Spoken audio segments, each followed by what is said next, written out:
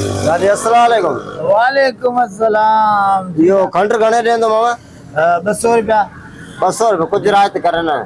नहीं रेट भले तू परे दुकान का पुछ कर। हलो 2 किलो यो करे ऐं ॿियो यो दाल घणे आ मुंगन जी चणन जी? 320 चना दाल भाई भाई आइटम। हाँ हाँ। मुंगन 1.5 किलो जी। ऐं गेहूं घणे हलाए तो गेहूं? 450। राहत कर।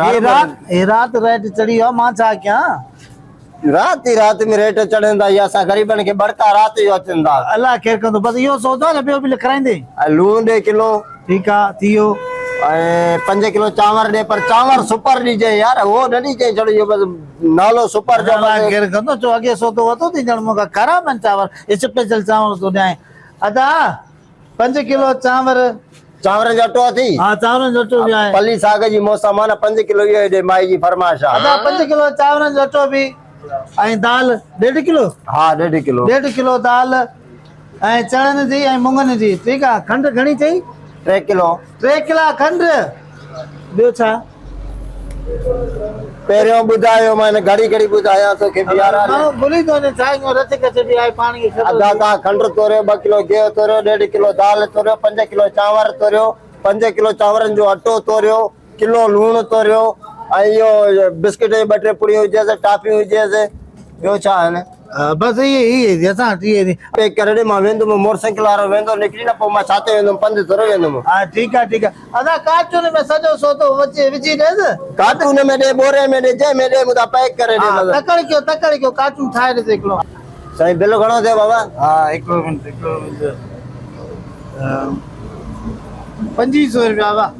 2500 रुपया? हां कटे सटे 2500 कुछ रायत से करन। सफा रियायत थी बाबा पाड़ी।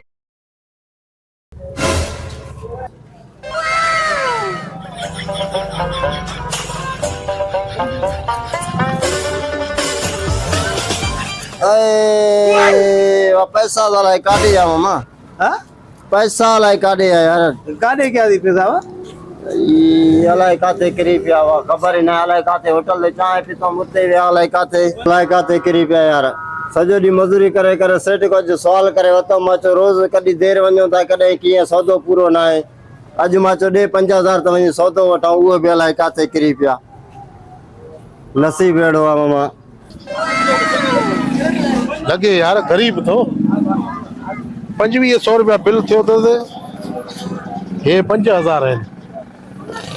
2500 ये मां भरिया तो सौदो तो घर वनी खाए बाकी 2500 बचदा मोजे लाए वणा। अदा मुजा मुके पैसा दे सौदे जा तू जान तुजो कम जाने बस। सयान सौदो ता वट रखियो आने एक शेकरी पे त मां मजबूरा छातो करे सिगा रखियो सौदो तो वट मां हला तो जेको मुजो नसीब यो यसा जो नसीब हो।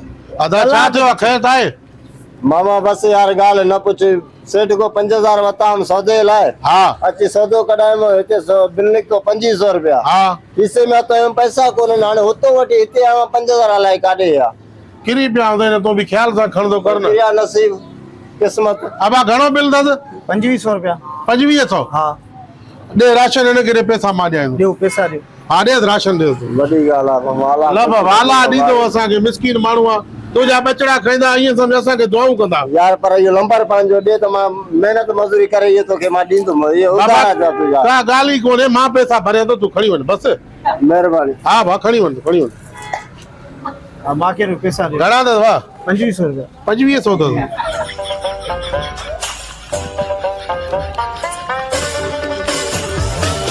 अच्छे भाई 3000 दी 500 मोटाए दे के गरीब जी मदद कंदा सी अल्लाह राजी थी पोंदो। 500 मोटाए दे 2500 बिल दी ना किलो मो चो तो करे 500 जा जका है तो नोट नकली है। हैं? हां नकली है दिसो हैं नकली है ने? हां दिस चिताए दिसो ना। मजाक न कर मामा हरबर मजाक न कर तू बियार दे असली पैसा नकली की थींदा ने। अरे मजाक तो टेमा कारोबार है सा जो दुकान 2500 जो सामान हमरा के वठी दी नहीं नकली आ? हां दिस चंगी तरह दिसो।